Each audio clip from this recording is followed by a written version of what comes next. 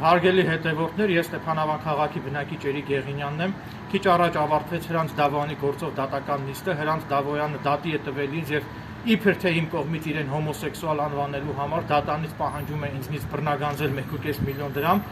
Հրանտ Դավոյանը դատանին է ներկայացրել այնպիսի փաստաթղթեր, որոնք չեն վավերացվել նոտարի կողմից։ Մինչդեռ Էրիկ Եղինյանը Հրանտ Դավոյանի վերաբերյալ, այդ թվում նաև Հրանտ Դավոյանի ենթադրյալ հոմոսեքսուալ լինել չլինելու վերաբերյալ որևէ տեղեկատվություն ամենևին էլ չեմ հրապարակել եւ դատական նիստը նաև տեղեկացնում եմ, որ 2025 թվականի հոկտեմբերի 22-ին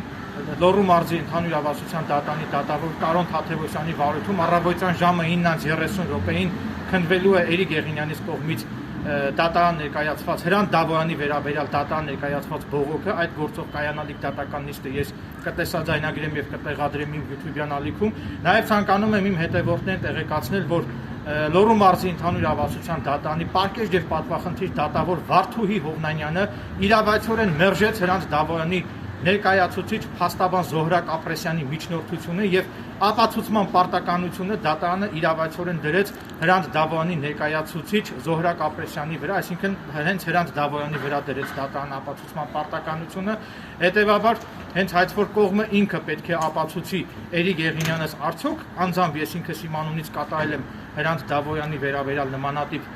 գրառումներ, հրապարակումներ,